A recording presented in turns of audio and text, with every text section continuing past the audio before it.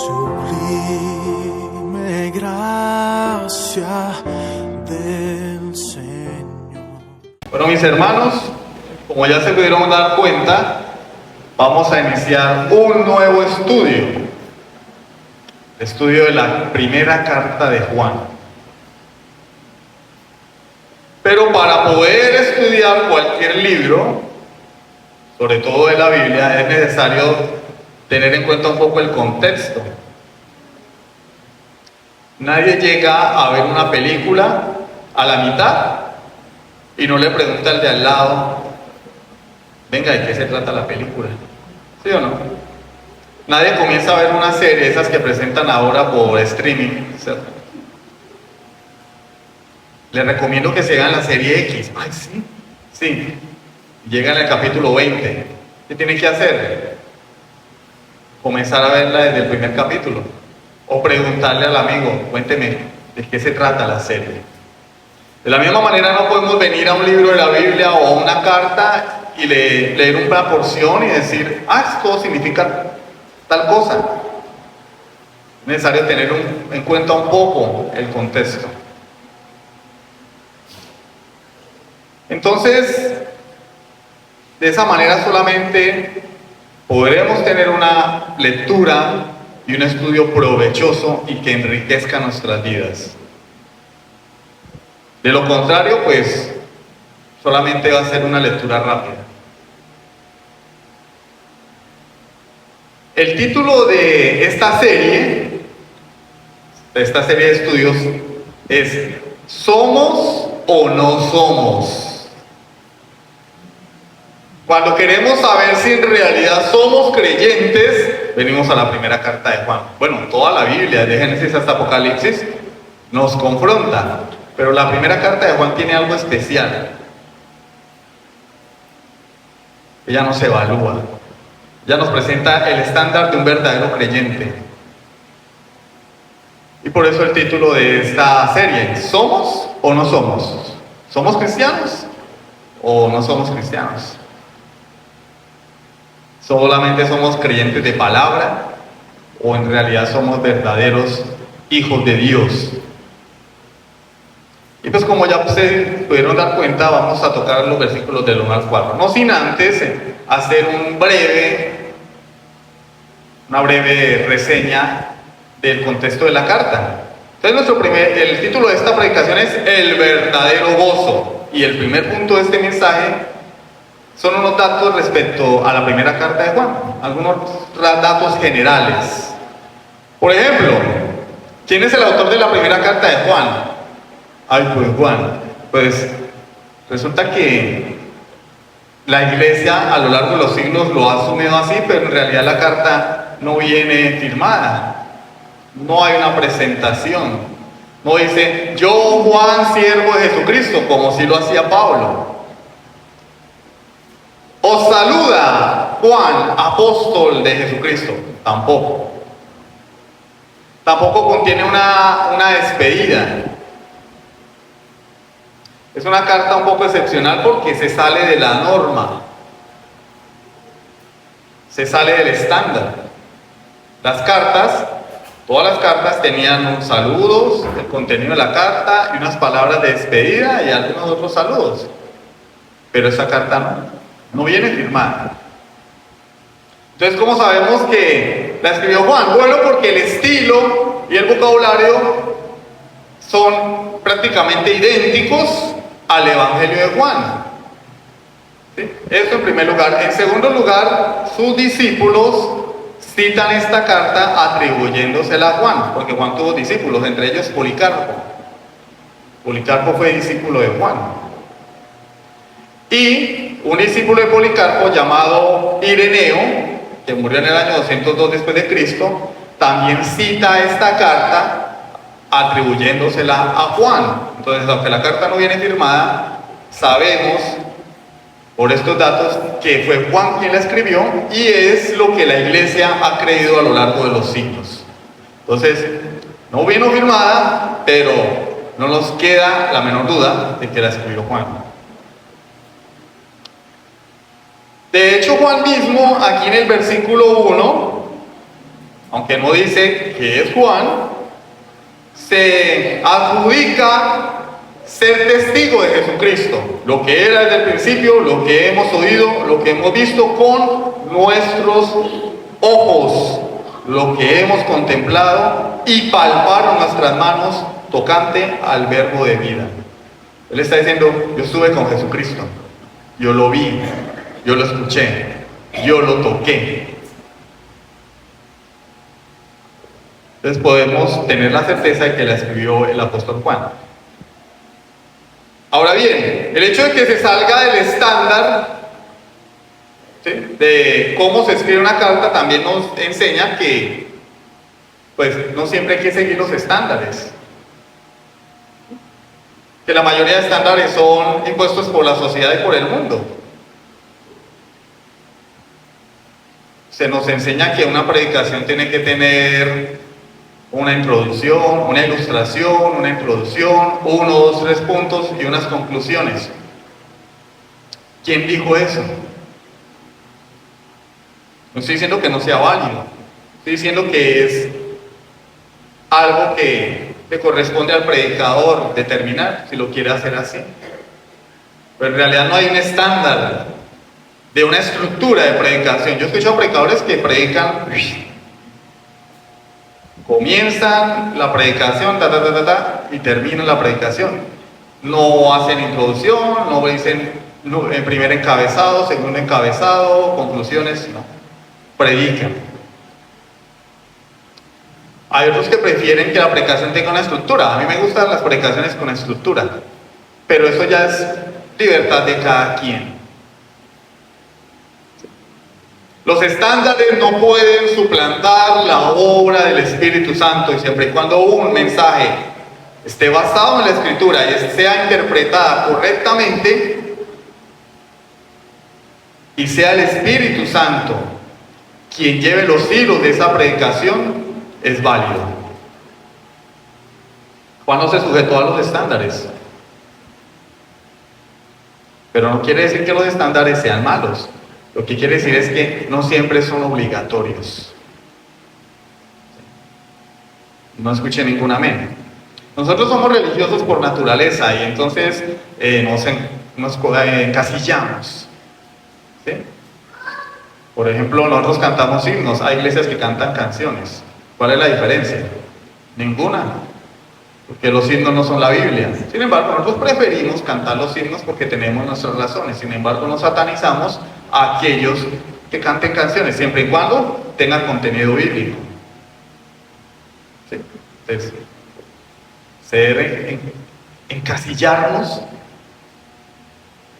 y llevar las cosas al extremo se convierte en religiosidad, y nosotros tenemos que huirle a eso. Y es muy fácil caer en la religiosidad. Lo que yo comienzo haciendo como una práctica, después se vuelve en una costumbre y después se vuelve en una ley. Incluso hay personas que llegan a colocar prácticas por encima de la misma palabra de Dios. Entonces tenemos que ser muy sabios en eso. Ese es un paréntesis. La fecha, bueno, la fecha en la que se escribió la carta, la tradición señala que después de su exilio en la isla de Patmos, Juan volvió a Éfeso, a la ciudad de Éfeso, donde ya había estado antes, y allí murió. Pero antes escribió las 3 cartas que llevan su nombre. Hacia el año entre los 90 y 95 después de Jesucristo. De hecho, Clemente de Roma en el año 96 cita esta carta. Ya cita los escritos de Juan, sus epístolas. Clemente de Roma fue discípulo del apóstol Pablo. El propósito de esta carta, bueno, ¿cuál es el propósito de esta carta? ¿Cómo les parece que las herejías no son nuevas? Que los falsos profetas no son nuevos. No, iniciaron desde el mismo momento en que nació la iglesia. Falsos cristianos que querían pervertir la sana doctrina de Jesucristo se introdujeron en las iglesias y comenzaron a engañar a los hermanos y a arrastrar tras de sí a los indoctos, a los perezosos y a los incrédulos. Estaban en la iglesia, pero son incrédulos. Noticia, no todo el que está aquí es cristiano. No todo el que está sentado en esta silla es creyente. Es una realidad con la que tenemos que vivir dentro de las iglesias. Hay algunos que explícitamente dicen, yo no soy creyente, pero hay otros que dicen, sí soy creyente sin serlo, cuando su vida testifica todo lo contrario. Bueno, eso no es nada nuevo, eso ocurrió en el primer siglo. Porque cuando las personas se convierten a Cristo, pues vienen con sus problemas, con sus manías, con sus filosofías, y allí no fue la excepción. Se convirtieron los griegos, empezaron a inundar la iglesia con sus filosofías, con herejías. Y uno de los propósitos por los cuales Juan escribió esa carta fue eso, advertir a la iglesia,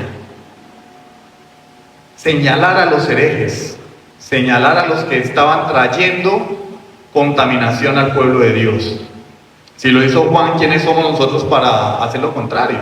Pues claro, pues como el buenismo abunda hoy, entonces no juzguéis y no seréis juzgados, que por cierto es una mala interpretación de la Biblia. ¿Sí? Ahí está hablando de la hipocresía. Mateo 7, no juzguéis y no seréis juzgados, no habla de que yo no pueda denunciar a los falsos apóstoles, falsos profetas, que tienen la piedad como fuente de ganancia. No, lo que dice es que yo no debo ser hipócrita,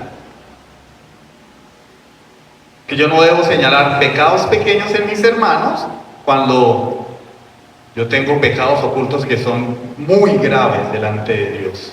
Eso es lo que significa eso. Ya.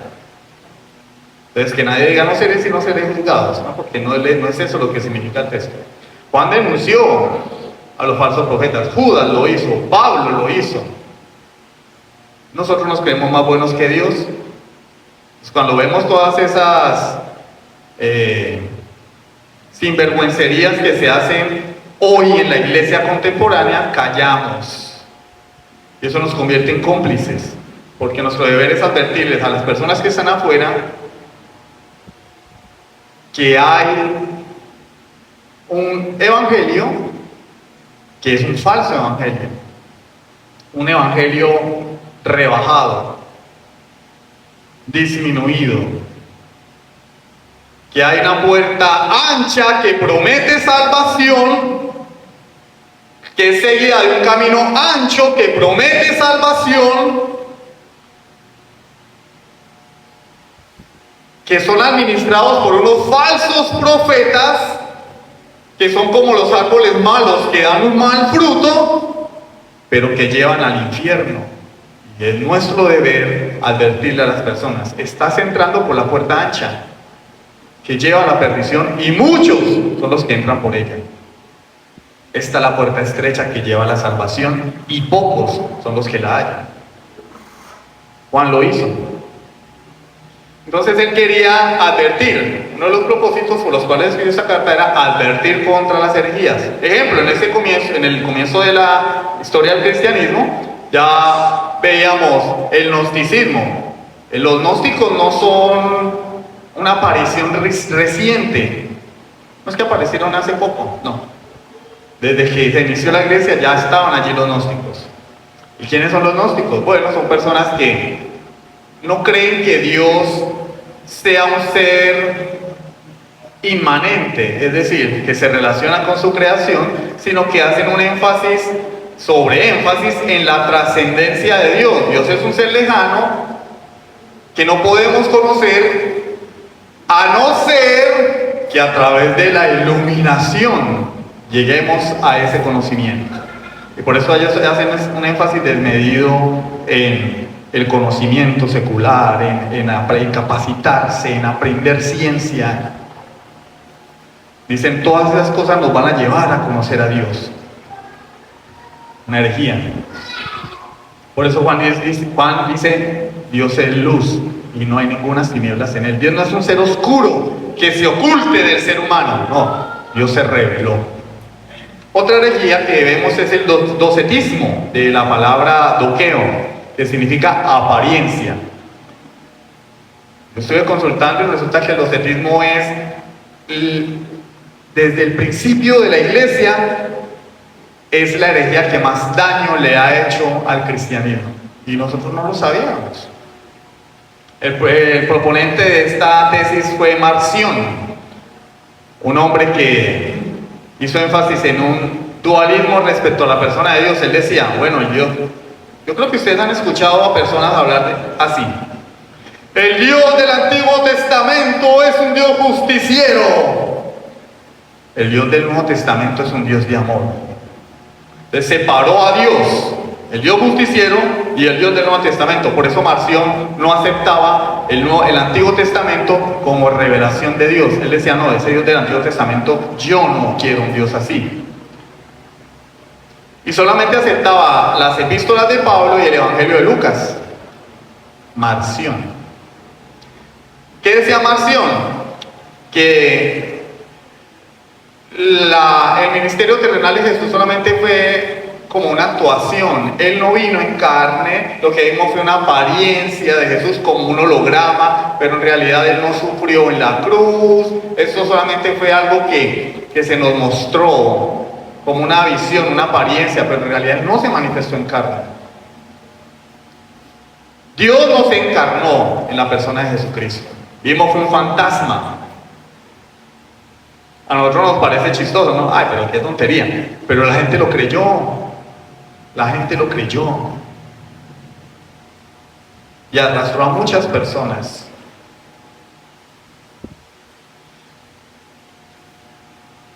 Es una herejía decir que Jesús no sufrió en la cruz. De hecho, hoy dentro de la misma cristiandad hay personas, yo he escuchado personas, parece increíble, pero yo he escuchado personas en las iglesias cristianas decir que Jesús sufrió, que Jesús murió en la cruz, que Jesús pudo soportar el dolor porque Él era Dios.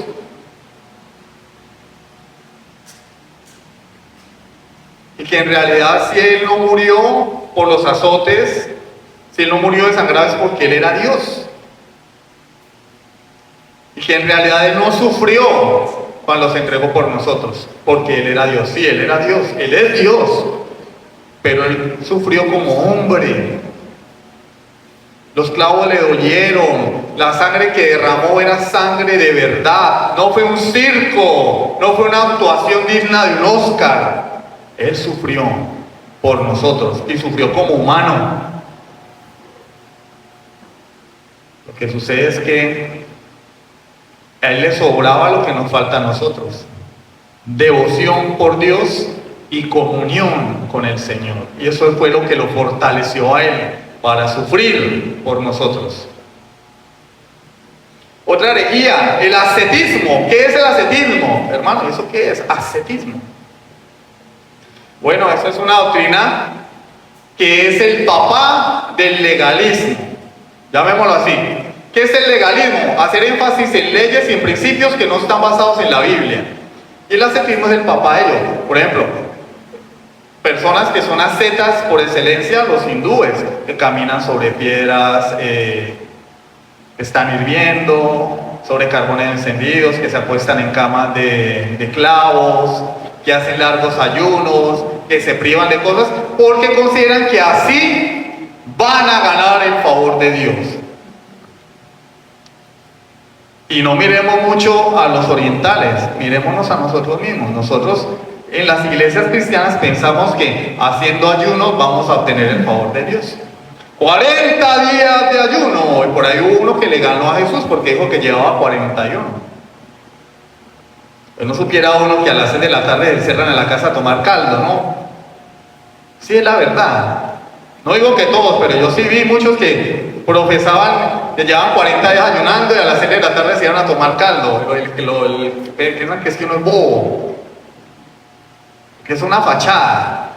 ¿Quién va a aguantar hambre 40 días hoy? Sin estar expuesto a perder su vida por inanición. Nadie. Uno lo ve así todavía bien. No, es que llevo 40 días ayunando. Bueno, pero el ayuno, hermano, ¿usted está en contra del ayuno? No. Pero el ayuno tiene un verdadero propósito y es consagración a Dios. No obtener cosas de Dios. Si ustedes van a ayunar, ayunen porque desean consagrar sus vidas a Dios. Le voy a dedicar a Dios este día, a orar. Pero las personas dicen voy a ayunar y van a trabajar, salen a hacer sus diligencias. ¿Qué consagración a Dios es eso? Entonces, cuando yo estaba en la universidad, ayunaba muchísimo, porque yo me iba sin desayuno a la universidad porque entraba a las 6 de la mañana y desayunaba por allá a las 10, 11, entonces ya llevaba varias horas ayunando. No, el ayuno es consagración y punto. Es darle la prioridad a Dios. Voy a consagrarme al Señor. No es para torcerle el brazo a Dios y para que Dios me cumpla mis deseos. Pero eso es ascetismo. El legalismo es ascetismo, es una herejía. Porque implícitamente está diciendo que Cristo no es suficiente. No, Cristo murió en la cruz, pero yo con mi forma de vestir voy a obtener el favor de Dios. La falda larga, no me pongo tiras, hay iglesias donde prohíben ponerse pantalón, prohíben maquillarse, prohíben cortarse el pelo. Claro, hay personas que señalan la falda larga de los demás, de las demás la falda corta, pero sí se pintan el pelo y se lo cortan. Entonces, ¿cómo es la cosa? ¿La falda corta es del mundo y la pintura no es del mundo? Entonces, siempre el legalismo está presente y no miremos al de al lado, mirémonos a nosotros mismos. Todos tenemos una cuota de legalismo en nuestras vidas. Tenemos la tendencia a querer ganarnos el favor de Dios. Mire, yo oro de rodillas. ¿Usted cómo ora? No, pues yo oro de pie o sentado, donde se me dé la oportunidad. No, pero hay que orar de rodillas. Esa oración no vale, porque la oración es de rodillas. ¿Quién dijo que la oración es de rodillas? ¿En qué parte de la Biblia dice que la oración es de rodillas? Había personas que se postraban y ponían su rostro en tierra para orar a Dios. Otros se arrodillaban, otros oraban en pie. ¿Sí ven lo que es el legalismo? Yo establezco pautas de cómo vivir la vida cristiana y quiero esclavizar a los demás con esas pautas que no son una doctrina bíblica, son una visión personal que tengo yo. Hermano, todo predicador debe ponerse zapato de vestir. ¿En qué parte de la Biblia dice eso? Muéstrenmelo. ¿En qué parte de la Biblia? A ver, le doy 100,000 pesos al que me muestre la Biblia. ¿Dónde está que el predicador debe usar zapato de vestir?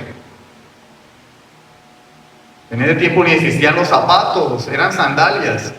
Y la mujer debe usar falda y no pantalón. ¿En qué parte de la Biblia dice eso? No existían ni la falda ni los pantalones, así que no me vengan con cuentos. Eso es legalismo, ascetismo.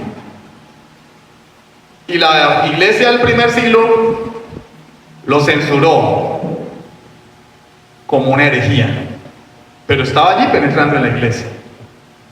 Así que, hermanos, alejémonos de esas cosas. Como dice Mark Dever, en lo esencial, unidad. En lo no esencial, diversidad. En las demás cosas, amor. Si una mujer aquí quiere pintarse el pelo de azul, pínteselo de azul. Eso sí, de verde no, porque la van a confundir y van a decir que pertenece a cierto movimiento, y entonces pues, pínteselo el color que quiera. Pero así como adorna su apariencia externa, como dice Pedro, adorne su interior con un espíritu afable y apacible, que es de grande estima delante de Dios y de los hombres. Así como me preocupo yo por mi apariencia externa, debo inquietarme y trabajar en mi apariencia interna, porque eso es lo que Dios ve. Amén. Nadie dice amén. Bueno, ¿qué más? ¿Qué más quería Juan con esta carta? Dar seguridad de vida eterna a los creyentes. En el capítulo 5, versículo 13, Juan dice: estas cosas os he escrito a vosotros que creéis en el nombre del Hijo de Dios, para que sepáis que tenéis vida eterna, y para que creáis en el nombre del Hijo de Dios. Iglesia, ¿queréis saber si tenéis vida eterna? Vamos a la primera carta de Juan. Estas cosas os he escrito para que sepáis que tenéis vida eterna. Hay personas que dudan de si son salvos. No, yo no sé si soy salvo, es que este pecado que cometí No lo pueda cometer un cristiano, no es posible que yo sea salvo. Bueno, eso hay que examinarlo. Hay muchas personas que van a ir al infierno seguros de que son salvos. Porque la seguridad de salvación no salva a nadie, lo que salva es Cristo. Decir, yo soy salvo, sí, yo soy eso que soy salvo, eso no salva a nadie. Esa confesión positiva no salva. Y habrá muchas personas que constantemente se cuestionan, yo sí seré salvo, porque este pecado, yo sí seré salvo, y cuando se den cuenta, llegarán a la presencia de Dios. Y miren, llegué. Porque creyeron sinceramente en Jesucristo y se arrepintieron de sus pecados. Claro, todo creyente cuando peca debe decir, uy, Señor, yo soy lo peor. Gracias, porque mi salvación no está en mí, está en lo que Cristo hizo en favor de mí. Entonces, otro propósito era clarificar, hacer claridad en medio de la iglesia quiénes pertenecían a Dios y quiénes pertenecían al mundo. Bueno, vamos a ver quién es quién. Alcen la mano los creyentes, todos. Bueno, ahora vamos a ver. Vamos a ver si pasamos el examen. Vamos a ver las evidencias. Porque todo el mundo dice que es creyente. Bueno, vamos a ver a la luz de este documento. En pocas palabras, el propósito de esta carta es exponer las herejías de los falsos maestros y confirmar la fe de los verdaderos creyentes.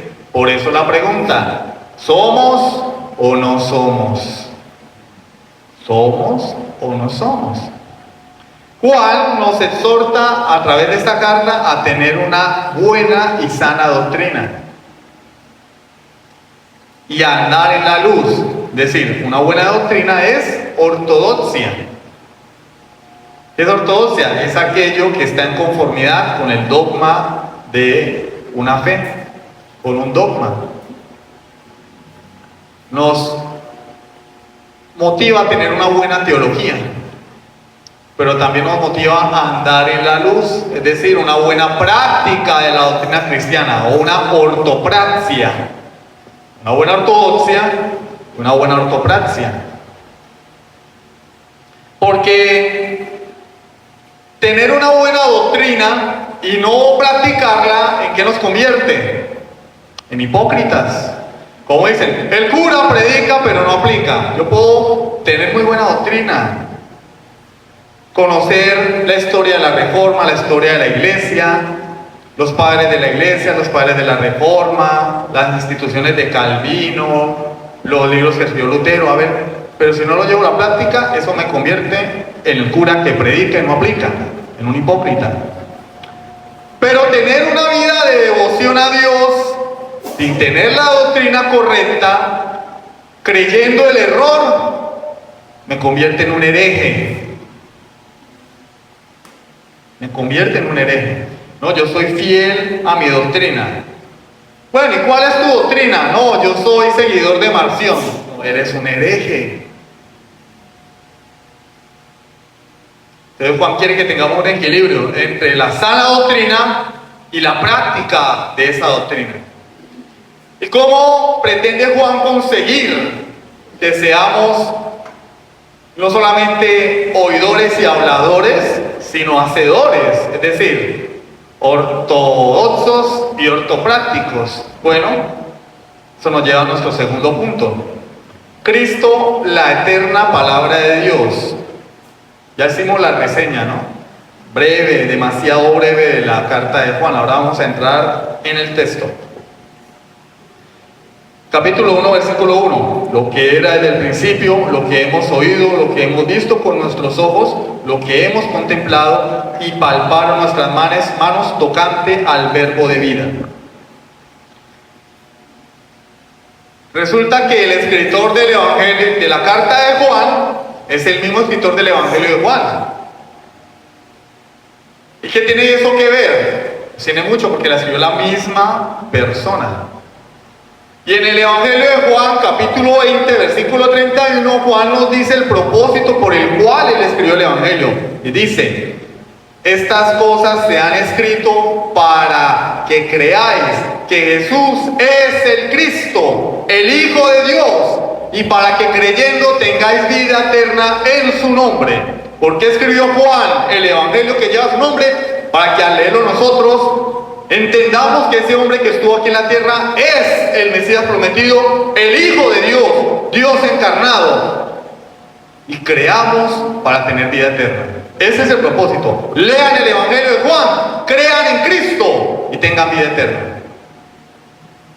Ahora él escribe su carta y él dice, bueno, ahora ustedes que ya son creyentes, vamos a confirmar si en realidad son creyentes, si son lo que dicen ser.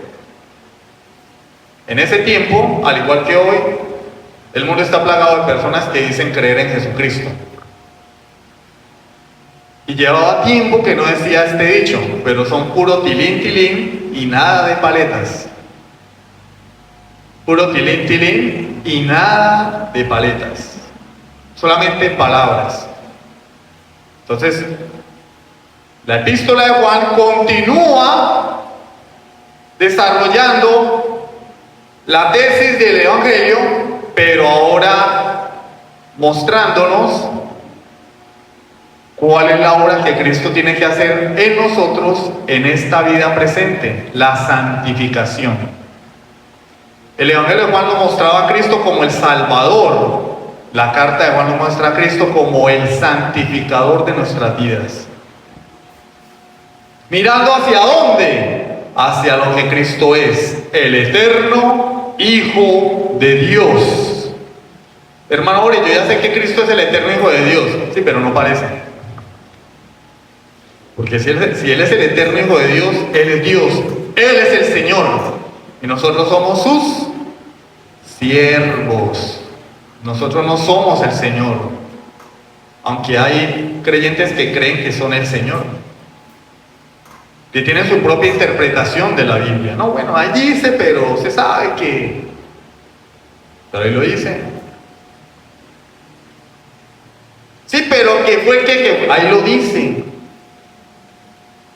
No, pero es que... Entonces usted es Dios. Arranquemos la hoja de la vida. Usted es Dios, ya. Escriba lo que piensa y lo ponemos aquí con colbón. Por eso Juan nos traslada al inicio de la creación. ¿Cómo nos traslada al inicio de la creación? Bueno, miren las primeras palabras de Juan. Lo que era desde el principio. ¿A dónde nos traslada Juan? Génesis 1:1. En el principio creó Dios los cielos y la tierra. Y la tierra estaba desordenada y vacía, y el Espíritu de Dios se movía sobre la faz de las aguas. Nos está trasladando no a la muerte y resurrección de Jesús, sino al principio de los tiempos. Porque Dios no se reveló en el año primero de la era cristiana. Dios comenzó a revelarse desde la misma creación, comenzó a revelarse al hombre. Lo que pasa es que su revelación no era completa, pero Él se reveló al hombre. Por eso el hombre no tiene excusa delante de Dios. ¿Qué dice Juan 1:1? En el principio era el Verbo, y el Verbo era con Dios, y el Verbo era Dios. ¿Quién es el Verbo? Cristo, la palabra de Dios. El ser de Dios expresado. Dijo Dios, sea la luz, fue la luz. Cristo es la palabra, el logos de Dios, el eterno Hijo de Dios. Juan nos dice lo que era desde el principio, porque es la historia registrada en el Antiguo Testamento. Registra el plan de redención de Dios en favor de pecadores miserables como yo, para no ofender a nadie, ¿no? Porque si digo miserables como nosotros, alguien se puede ofender. No, yo no soy miserable. Pues yo sí soy miserable, porque soy un pecador. Y por la gracia de Dios, Él me perdonó y me redimió. y me dio salvación y vida eterna. En Juan capítulo 1, versículo 1, la Biblia no dice que el Logos o el Verbo o Cristo llegó a ser Dios. No lo dice, dice el Verbo era Dios. En el principio era el Verbo. O sea que Él existe desde antes de la creación. Y el Verbo era con Dios. O sea, Él estaba con Dios, con el Padre, pero no es el Padre, es otra persona. Pero está al mismo nivel de Dios, porque Él es Dios. Y después, como si no fuese suficiente, nos dice, y el Verbo era Dios. Hermano, pero yo todavía no estoy seguro. Todas las cosas por Él fueron hechas, y sin Él nada de lo que ha sido hecho fue hecho. En Él estaba la vida, y la vida era la luz de los hombres. Está hablando de Cristo. Le atribuye cosas que solamente Dios tiene. Cristo es Dios. Cristo es Dios. No sé qué hacen los testigos con ese pasaje de la Biblia. Ahora hay que arrancar. Toca mutilar la Biblia bastante para que todas esas herejías cuadren. Pero Juan nos dice que ese verbo que era desde el principio, ¿sí?, o el testimonio del eterno Hijo de Dios que se comenzó a revelar desde la creación, lo que hemos oído, lo que hemos visto con nuestros ojos, nosotros lo vimos, nosotros lo escuchamos, nosotros lo hemos contemplado. Yo estuve allí cuando el eterno Hijo de Dios se encarnó, vivió en medio de nosotros, comió conmigo, durmió a mi lado, caminamos juntos, yo lo vi, yo escuché su palabra y su mensaje, yo lo toqué. Cuando Él resucitó, estuvo en medio de nosotros y nos dijo, tocadme, meted el dedo en mi llaga y vuestra mano en mi costado. Comió con nosotros después de resucitar. ¿Quién? El Verbo de vida. ¿Por qué? Porque Juan 1:14 dice, y el Verbo fue hecho carne y habitó entre nosotros y vimos su gloria, gloria como el unigénito del Padre, lleno de gracia y de verdad. Él no se quedó en el cielo, Él se hizo hombre, se encarnó y vivió en medio de nosotros. Juan 1:14. Y vimos la gloria del Hijo de Dios. Pero ahí dice, no dice tampoco que Él era carne, sino que el Verbo llegó a ser carne. El Verbo, el Hijo de Dios se hizo, llegó a ser. Él no era carne, Él no era un humano. Tengamos en cuenta que Juan está combatiendo herejías. Herejías que decían que en la cultura griega se creía que el cuerpo era corrupto, pero el espíritu no. Siendo el cuerpo corrupto, cuando yo peco, pues se contamina mi cuerpo y mi espíritu no, porque mi espíritu es puro. Entonces yo puedo pecar, y por eso los griegos le daban rienda suelta a sus deseos y pasiones. Igual mi alma no se va a contaminar. Y como tenían esa creencia, decían, Dios no pudo haberse hecho hombre porque Dios es santo y si se hace hombre se contamina. Si Él toma un cuerpo, se contamina. Y por eso Juan dice, no, nosotros lo tocamos, lo palpamos. El Logos se hizo hombre. Él no era carne, Él era Dios y se hizo carne. Vuelvo y le repito, Juan 1:14. Pero ¿qué dice Juan? Lo que era desde el principio, la revelación de Dios desde el mismo comienzo de la historia. Juan no nos está narrando nuevas doctrinas, nuevos cuentos. Tuve una revelación el 31 de diciembre y ahora todos tienen que darme la siembrita. No, no, no. Eso es estafa, eso se llama estafa. Son estafadores de la fe. No necesitamos nuevas revelaciones. Como decimos los colombianos, ¿qué nuevas revelaciones ni qué 8 cuartos?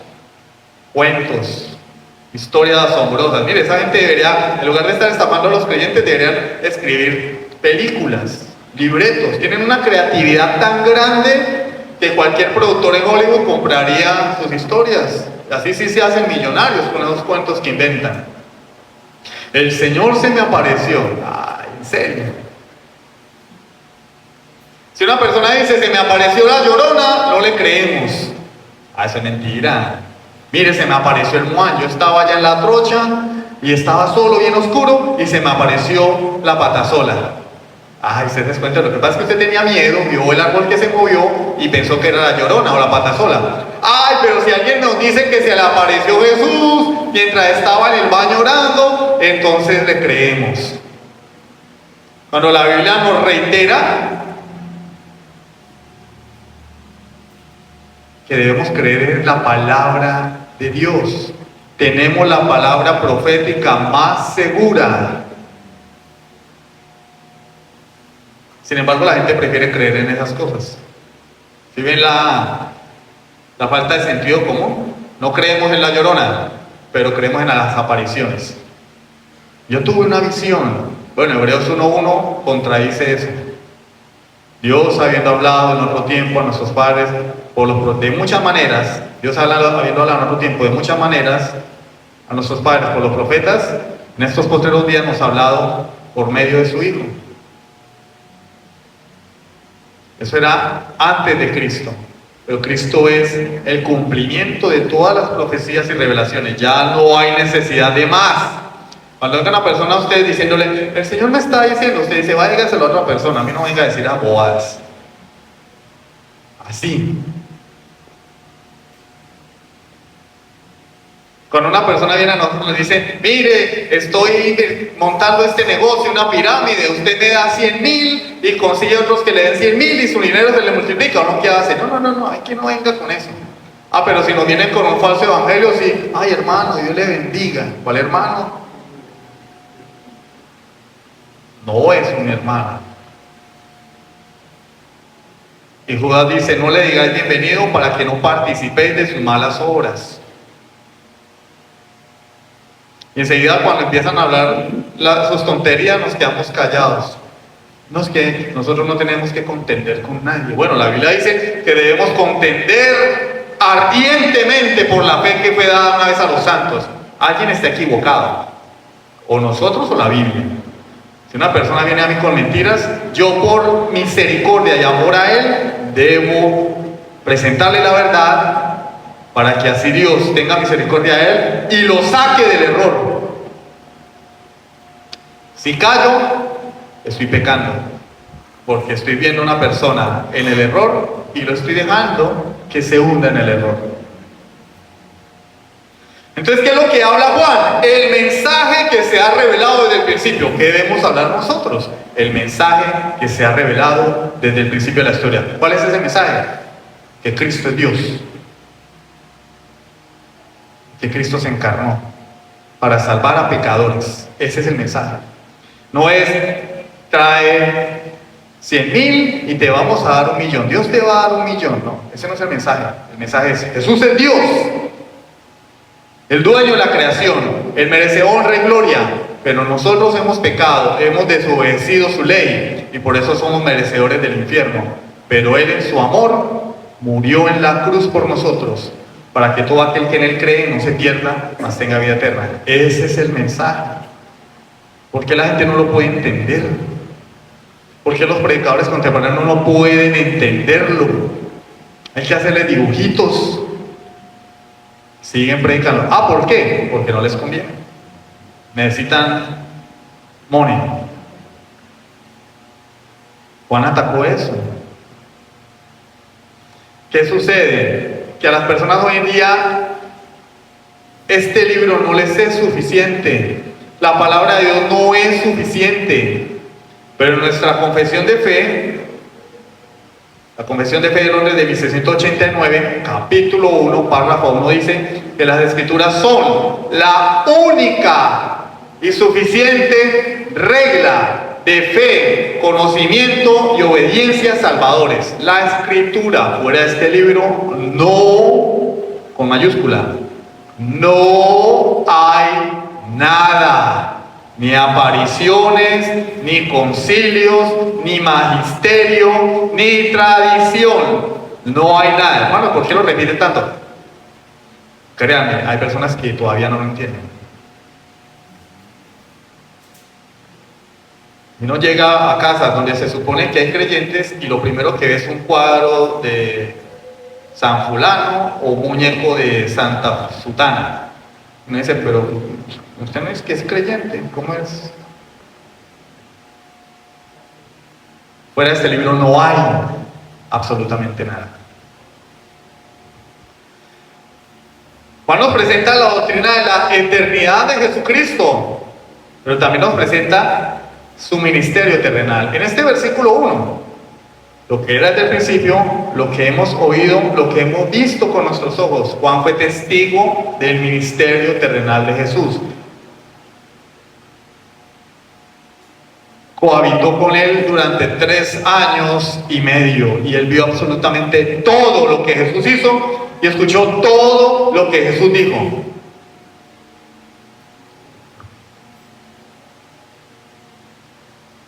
Dios se ha revelado, lo que está diciendo Juan. ¿Por qué? Volvemos al contexto.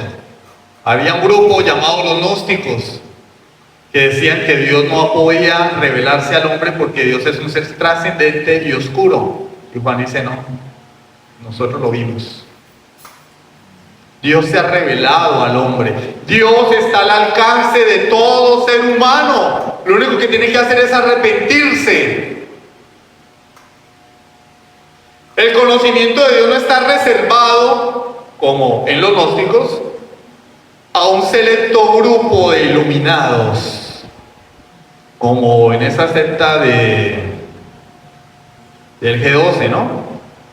Un grupo de iluminados y hacen sus retiros de iluminados, allá hacen una cantidad de cosas que nadie más puede saber, y para saber pues hay que meterse al retiro allá y empiezan a gobernar la vida de las personas, y cuando una persona quiere salir pues la va a pasar mal. No, el conocimiento de Dios está disponible para todo el mundo. Lo único que tiene que hacer es humillarse delante de Dios, suplicar que le perdone sus pecados,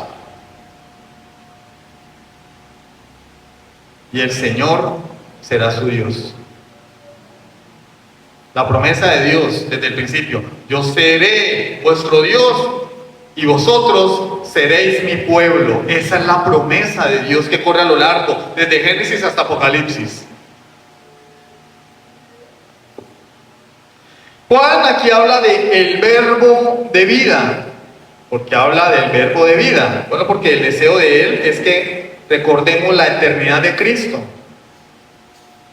y que Jesús es la palabra de vida. Jesús es suficiente.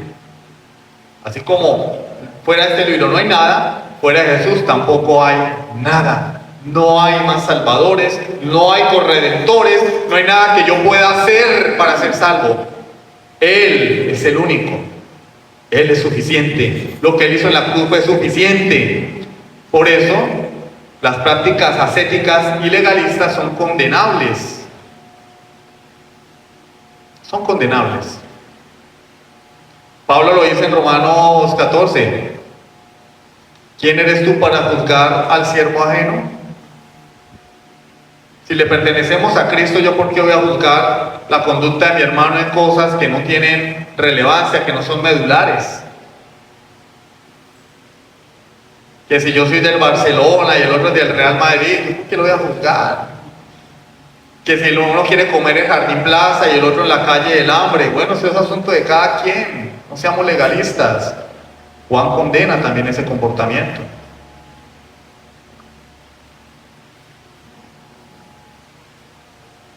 En el versículo 2 dice: porque la vida fue manifestada y la hemos visto, y testificamos y os anunciamos la vida eterna, la cual estaba con el Padre y se nos manifestó. Otra vez Juan En el libro, en la carta de Juan, vamos a ver muchos paralelismos, es decir, una idea que se repite una y otra vez porque esa era una práctica judía. Cuando algo les parecía importante, hacían lo que hago yo, repetir y repetir. Acá vuelve Juan, nos dice lo mismo.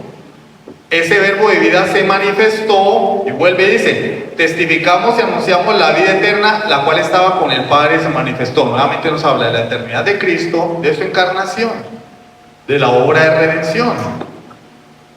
¿Por qué hace énfasis en eso? Otra vez les repito. Hermano, repite mucho. Bueno, pues Juan lo estaba haciendo. En 2 versículos nos dice lo mismo. Porque estaban allí los gnósticos. No podemos conocer a Dios. Y él dice, sí, sí se puede conocer en la persona de Cristo. Yo lo vi, lo toqué y lo escuché. ¿Qué nos enseña eso? Que ese conocimiento, esa experiencia, produjo algo en los discípulos. Ellos no conocieron a Jesús y dijeron, bueno, sí, cuando el Señor ascendió a los cielos, bueno, que Dios te bendiga, nos vemos en el fin del mundo. Afectó sus vidas, transformó sus vidas. Ellos no volvieron a hacer lo mismo. Y Juan dice, lo que hemos visto testificamos. Lo que conocimos nos afectó, nuestra vida no volvió a ser igual y ahora queremos compartirlo con todos ustedes. Y nosotros debemos ser diferentes. Debemos, como dice el hermano Mervin, no coma solo. Así es, no coma solo. Hay que compartir la comida. Nos alimentamos espiritualmente semana tras semana y ya estamos así como unos marranitos, gordos, de tanto escuchar, de tanto comer palabra de Dios. Y afuera, personas raquíticas espiritualmente, no les compartimos el evangelio. No les hablamos del Dios que nos vino a salvar, no les hablamos del pecado, de la necesidad del hombre de arrepentirse para escapar de la ira de Dios y para recibir el mayor regalo que puede un hombre recibir, a Cristo mismo. Es que la salvación no es hermosa porque Dios nos mande para el cielo. La salvación es hermosa porque Dios se da a Él mismo. Cuando uno anda en bicicleta y alguien le regala a uno una moto, bueno, a mí nunca me han regalado una moto, pero supongo, cuando le regalan una moto a una persona, la persona se pone contenta, ¿no?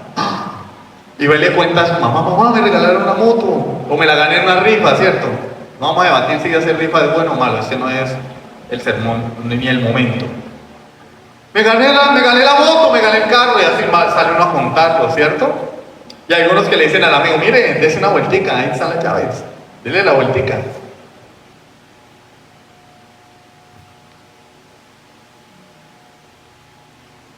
¿Qué vale más, una moto o la salvación de Cristo? ¿Qué vale más, un carro o tener a Dios mismo viviendo en mi corazón a través del Espíritu Santo? ¿Por qué si vamos y compartimos lo de una moto, lo de un carro, lo de una casa, y no compartimos que soy hijo de Dios? ¿Por qué? Es que yo soy tímido. Algunos dicen, no, es que yo soy muy tímido, es que a mí me da pena, es que yo no sé hablar con las personas, yo no sé desenvolverme, yo no tengo ese carisma. Pero para hablar de política, para hablar de fútbol, para hablar de ¿qué? De cualquier, de las enfermedades, del COVID, de la viruela del mono, para hablar de las series que se ven en streaming. No voy a decir canales porque pronto alguien se ofende, y además no me pagan por eso, por hacer publicidad. Para eso sí que no somos tímidos, ¿sí o no? Para eso no somos tímidos. Uy, si se vio la serie, uy, sí, uy, uy, si se vio el partido, uy, sí, y si escuchó lo que dijo el presidente, que va a subir los impuestos, uy, ¿cómo así? Ay, pero para hablar de Cristo yo soy tímido.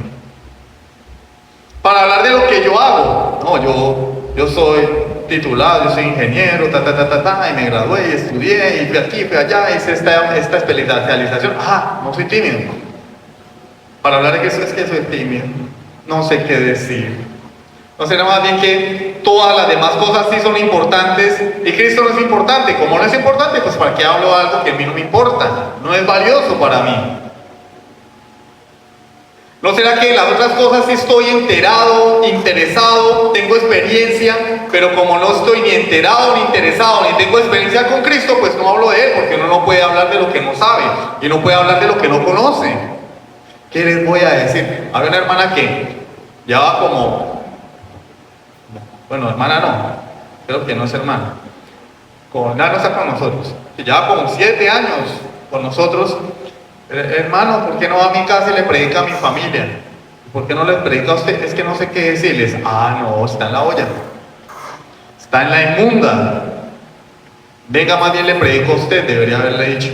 No, siéntese aquí y le predico a usted, porque usted lleva 7 años con nosotros y se dice cristiana y no sabe qué decirle a su familia. La que necesita el evangelio de usted.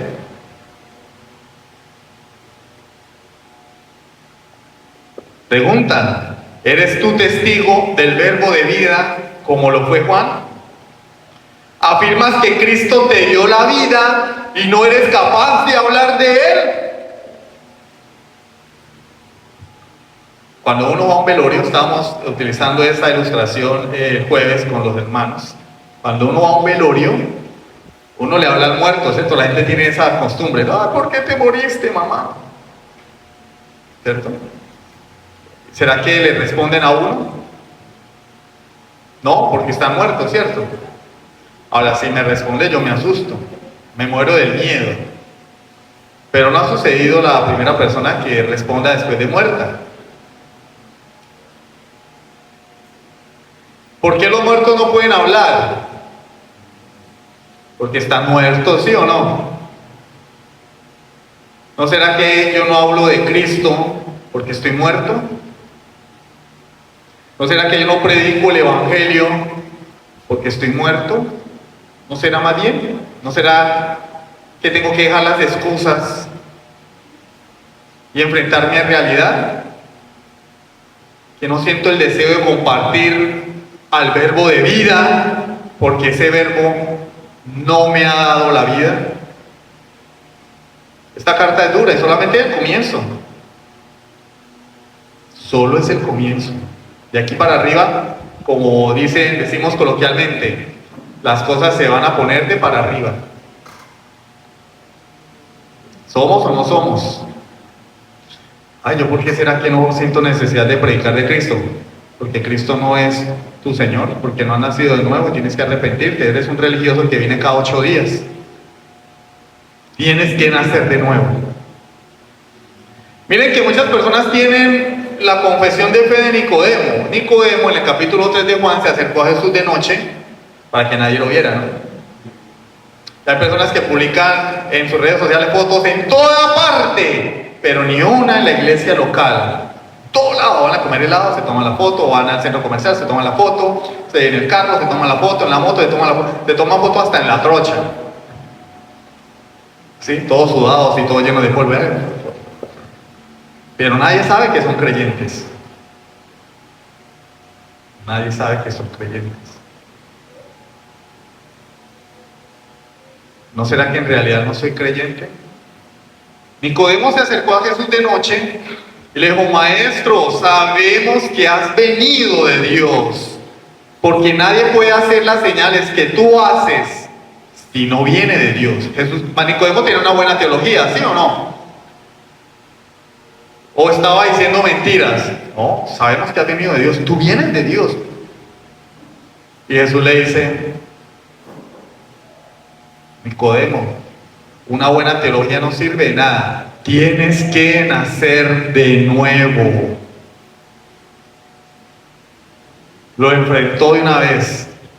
Nicodemo, hablas muy bonito, eres el maestro de Israel. Más adelante le dice: eres tú el maestro de Israel, ¿no sabes esto? Pero tienes que nacer de nuevo, Nicodemo, porque una buena teología nos salva, un buen conocimiento doctrinal nos salva, Tienes que nacer de nuevo, tienes que arrepentirte de tus pecados y pedirle a Dios que te perdone y que te haga una nueva criatura. No podemos hablar de lo que no conocemos. No podemos hablar de aquel con quien no tenemos comunión.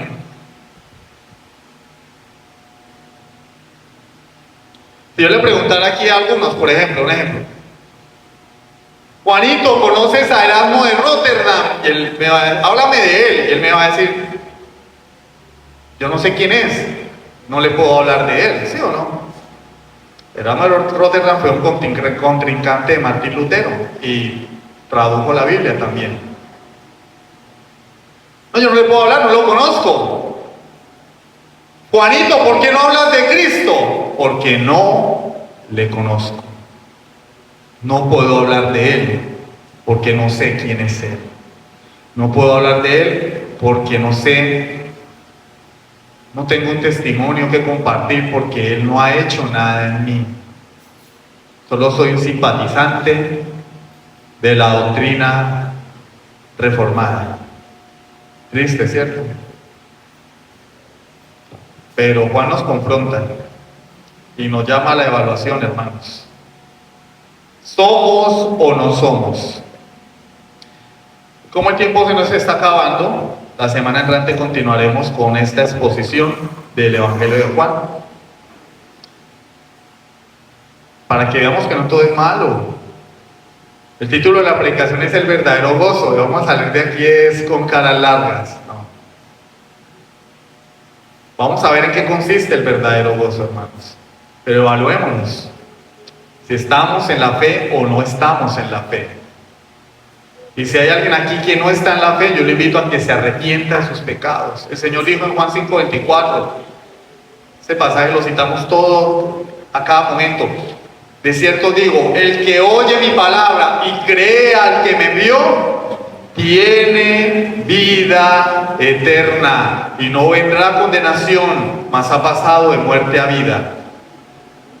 Hermano, yo estoy muerto espiritualmente, pero si puedes pasar de muerte a vida, si oyes la palabra de Dios y crees que Jesucristo es el Hijo de Dios que vino a morir por nuestros pecados, que pagó tu culpa en la cruz, hay una esperanza. Vamos a orar.